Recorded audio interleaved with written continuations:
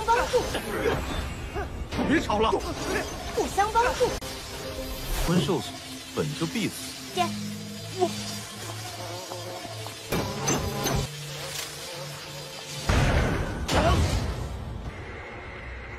想要破开耗时极久。这宝物的分配，小子，哼，何须一天？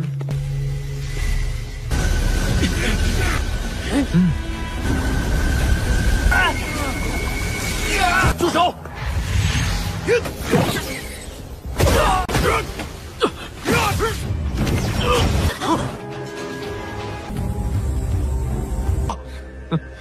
走，嚣张什么？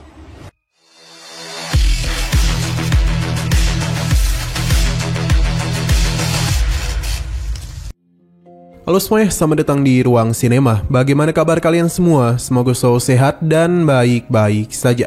Sesuai jadwal, jadi pada hari ini kita akan kembali melanjutkan series Donghua Martial Master episode terbaru, yang mana ini adalah episode yang ke-559.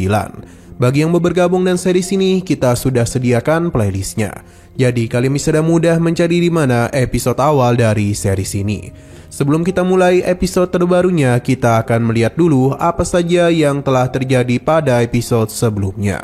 Tepatnya pada episode 558. Kemarin, para serangga pemakan jiwa telah berhasil melakukan pengepungan yang mengakibatkan mereka tidak bisa pergi kemana-mana lagi dan harus berhadapan langsung dengan para serangga. Pada awalnya, pertarungan berjalan dengan lancar, sebab baik kelompok Qingchen maupun yang lainnya dapat memberikan perlawanan. Tapi ini tidaklah berlangsung lama, sebab para serangga kembali berdatangan. Kali ini jumlah mereka jauh lebih banyak. Alhasil pertarungan pun mulai timpang sebelah, karena orang-orang sudah mulai kelelahan. Para serangga berhasil mengalahkan beberapa orang dan membuat yang lainnya hilang kendali. Hal ini juga sempat dialami oleh Qingchen. Kekuatan serangga mencoba untuk mengambil alih tubuhnya. Akan tetapi Qingchen dapat dengan mudah memberikan perlawanan. Berkat hal itu jugalah dia bisa tahu mengenai kelemahan dari para serangga. Sekarang kita akan melanjutkan episode terbarunya. Pertahanan yang dibentuk oleh Juryu bersama Qiansu telah berhasil menahan serangan dari para serangga. Tidak berhenti sampai di situ saja, Qiansu kembali melakukan serangan yang mengakibatkan para serangga berhasil dirinya habisi. Hanya dalam satu kali serangan saja. Pada akhirnya, Juryu pun menjadi sadar kalau kekuatan dari alam pedang memiliki pengaruh yang besar untuk dapat mengalahkan para serangga. Melihat pertahanan yang mereka bentuk membuat orang-orang di sana ingin masuk ke dalam. Hanya saja, Juryu tidak niatan untuk membiarkan mereka masuk. Jadi beberapa serangan pun telah dirinya lancarkan untuk menahan pergerakan mereka. Tentu saja hal ini membuat orang-orang di sana kesal. Padahal mereka berada di dalam satu tim, namun malah tidak saling membantu. Juryu sama sekali tidak peduli dengan apa yang dia katakan. Alhasil para ketua pun mencoba untuk bernegosiasi kepada mereka, yang mana mereka pun berjanji akan membiarkan kelompok Qingchen memilih dulu jika berhasil menemukan harta karun. Tawaran ini membuat Qingchen tertarik, jadi dia meminta Juryu untuk membiarkan mereka masuk. Pada akhirnya pertahanan pun terbuka dan orang-orang ini masih dapat bernapas lega.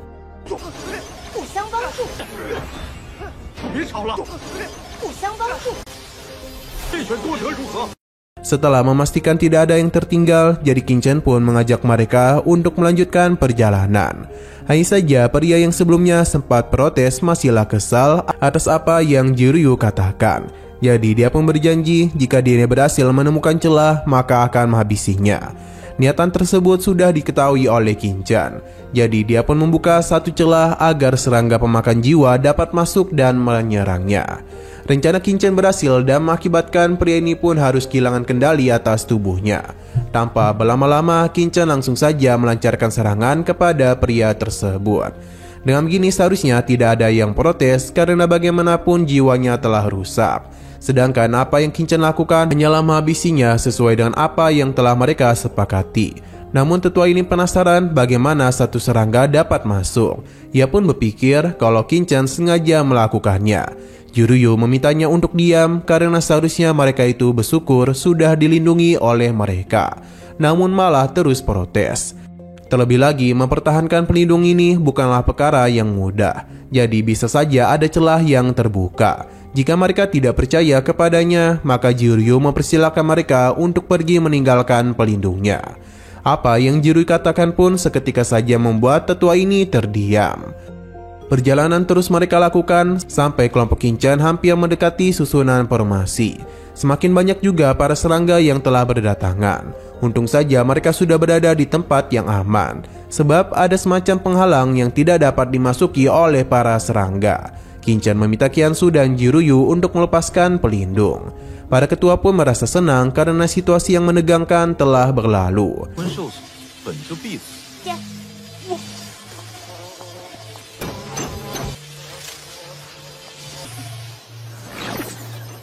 Saat kemudian muncullah sebuah jalan yang akan membawa mereka pergi ke tempat selanjutnya.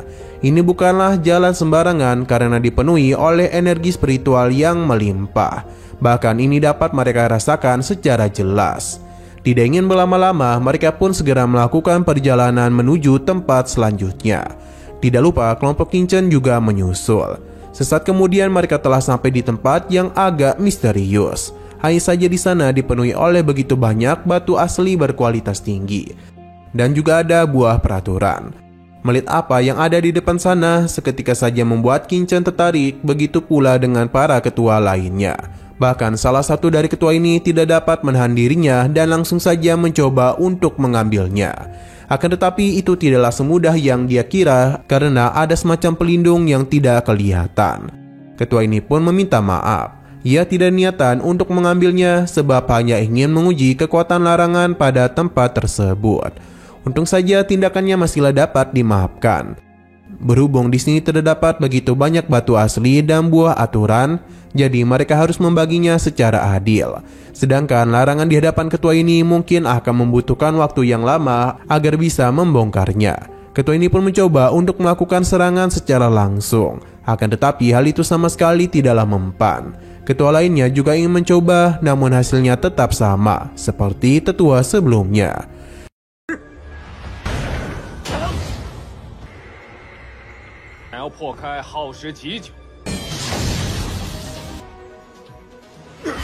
Mereka pun yakin setidaknya membutuhkan waktu 1 hingga 2 bulan untuk dapat membuka larangan tersebut. Selain itu, waktu mereka di alam Yukuno juga tidaklah banyak, karena alam ini akan segera tertutup. Mereka pun bingung harus mengambil tindakan seperti apa, hingga ketua Sang Uji akan mencoba untuk melakukan serangan dengan metode yang dia miliki.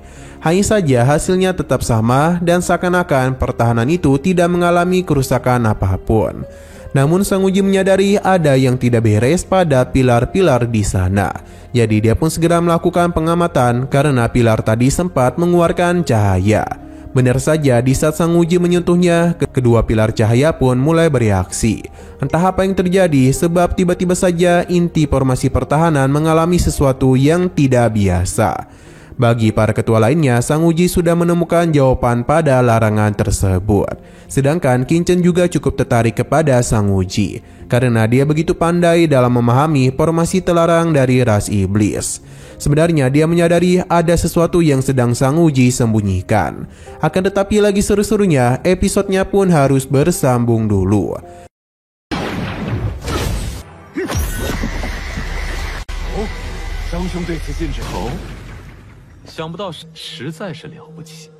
Masih di tempat yang sama di mana Sang Uji tidaklah mengetahui maksud dari Kinchan. Jadi dia pun mulai menjelaskan kalau larangan yang ditinggalkan oleh ras asing merupakan sosok iblis. Jadi Kinchan mulai menjelaskan kalau larangan yang ditinggalkan oleh ras asing ini merupakan sosok iblis yang telah menginvasi benua mereka pada zaman dulu. Jadi ini adalah larangan asing. Tapi tetua lainnya menganggap kalau perkataan Kinchan hanyalah omong kosong saja. Namun bagi Kinchan, larangan ini sangatlah mirip dengan larangan yang pernah dirinya lihat. Oleh karena itu, dirinya berhasil mempelajari tentang larangan tersebut. Mendengar hal itu, jadi Sang Uji pun meminta bantuan kepada Kinchan agar dapat membongkar larangan ini. Melihat ia yang tiba-tiba saja memohon tentu menimbulkan kecurigaan. Jadi Sang Uji menjelaskan kalau apa yang dia lakukan sebelumnya merupakan sebuah keberuntungan saja. Jika dirinya ingin menghancurkan formasi itu, maka hal tersebut tidaklah mungkin terjadi. Pasalnya kekuatan ia tidak akan mampu. Ketua di sana dengan sombong meminta Qingchen untuk cepat melakukan apa yang dia inginkan. Namun sebelum itu, Qingchen menyinggung tentang pembagian harta karunnya, yang mana Sang Wuji berjanji jika Qingchen dapat mengatasi larangan ini, maka dia akan memberikan 10% harta lebih banyak dibandingkan yang lainnya. Beberapa penolakan tentu terjadi, terutama tetua ini yang sepertinya masih meremehkan Qingchen. Dengan percaya diri, dia pun mempersilahkan Qingchen untuk mencobanya, karena dia yakin Qingchen tidak akan dapat membuka larangan tersebut. Hanya saja dia memberikan waktu 1 hari saja. Bagi Qingchen, dia hanya membutuhkan waktu 1 batang dupa demi membuka larangan pada formasi ini. 这宝物的分配，小子，何须1天？ Qingchen mulai melakukan pengamatan dan memasang sebuah formasi. Tidak lupa dia meminta bantuan dari para murid lainnya untuk berdiri di posisi formasi yang sudah dia siapkan. Qingchen telah mengeluarkan beberapa tanda agar orang-orang yang membantunya dapat melakukan serangan pada titik yang sudah dia siapkan. Tanpa berlama-lama, sebuah serangan pun langsung saja mereka lakukan. Perlahan namun pasti terlihat dengan begitu jelas kalau larangan pada tempat itu mulai melambat. Sepertinya rencana Qingchen berjalan dengan lancar hingga membuat para tetua terkejut. Karena bagaimana mungkin Qingchen dapat mengetahui kelemahan dari formasi ini. Sedangkan Qingchen sendiri juga ikut membantu dengan mengalirkan kekuatan spiritual pada inti larangan.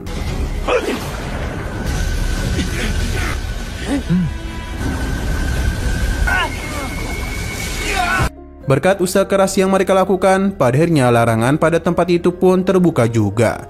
Sebuah ledakan juga sempat tercipta yang mengakibatkan beberapa hal harus terjatuh. Dan ternyata batu-batu ini berubah menjadi batu asli, yang tentu saja membuat semua orang menjadi begitu terkejut. Dengan terbukanya formasi ini, para tetua yang rakus pun langsung saja berencana untuk mengambil aturan darah. Hanya saja tindakan mereka dapat dicegah oleh Sang Wuji. Namun bukannya berhenti, mereka malah semakin agresif dengan langsung saja melakukan penyerangan kepada tetua Sang Wuji. Di saat ketiga tetua ini saling bertarung satu sama lain, Qingchen pun meminta para gadisnya untuk mengambil batu sumber. Sedangkan Qingchen sendiri juga melakukan hal yang sama. Hal tersebut sepertinya tidaklah disadari oleh para ketua yang tengah fokus dalam bertarung. Sedangkan para murid di sana melihat hal itu dan tidak akan membiarkan Qingchen.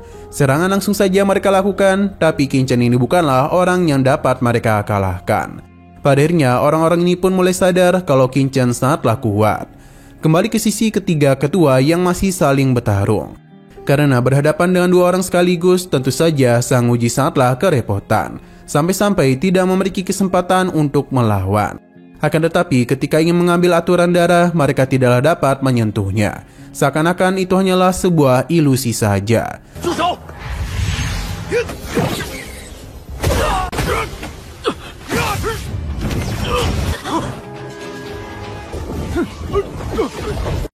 Qingchen sepertinya sudah menyadari hal tersebut. Jadi karena itulah ia tidaklah melakukan apa-apa. Klo Dao segera menyingkirkan kedua tetua ini karena dia merasa kesal sebab mereka berani mengingkari janji yang sudah ditetapkan. Klo Dao mulai melakukan sesuatu kepada harta tersebut, yang tentu saja mengejutkan ketua Sang Wuji karena dia memiliki kekuatan yang sangat berbeda. Klo Dao menggunakan beberapa lorong hukum karena untuk dapat mengambil harta ini mereka harus menyentuhnya secara keseluruhan. Sebab dengan cara seperti itulah mereka baru bisa menyentuh harta ini. Benar saja, Klo Dao pun dapat mengeluarkan harta itu dengan mudah yang membuat para ketua kebingungan apa yang telah dia lakukan. Qingchen menjelaskan kalau aturan darah memiliki kekuatan aturan. Jadi untuk mendapatkannya, maka tentu harus bertarung dengan kekuatan aturan tersebut. Karena kedua tetua ini sudah mengingkari janji, maka mereka tidak akan mendapatkan apapun. Ucapannya telah membuat tetua ini kesal karena bagaimanapun Qingchen sangatlah sombong. Alhasil dirinya pun segera melancarkan sebuah serangan untuk dapat melukai Qingchen. Sayang sekali dia ini sudah salah memilih lawan, karena dan kekuatan yang dia miliki tidaklah mungkin menang melawan Qingchen.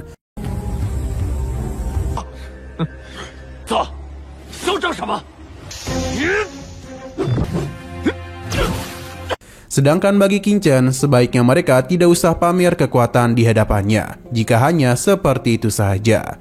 Alhasil, kedua tetua ini pun menjadi sangat ketakutan kepada kemampuan hebat Kinchan.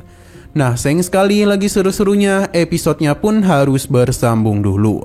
Namun sebelum kita akhiri, seperti biasa kita akan melihat preview bagian selanjutnya. Di sini sepertinya Kinchan masihlah mengampuni nyawa kedua tetua tersebut yang membuat para gadis ini menjadi bertanya-tanya apakah tindakan yang dia ambil itu benar atau tidak. Sebab bisa saja para ketua membalas dendam kepadanya.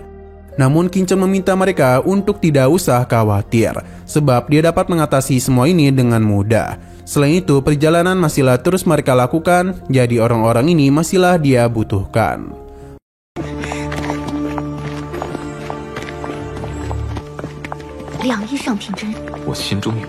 Oke, sekian dulu pada video kali ini. Untuk video selanjutnya akan segera hadir. Jadi bagi kalian yang ingin mengikuti series ini, langsung saja klik subscribe dan aktifkan loncengnya. Terima kasih yang sudah menonton video sampai habis. Jika kalian suka pada video ini, klik like dan share ke teman-teman kalian tentang channel ini. Dan ditunggu aja kelanjutannya. Oke, sampai jumpa di video selanjutnya.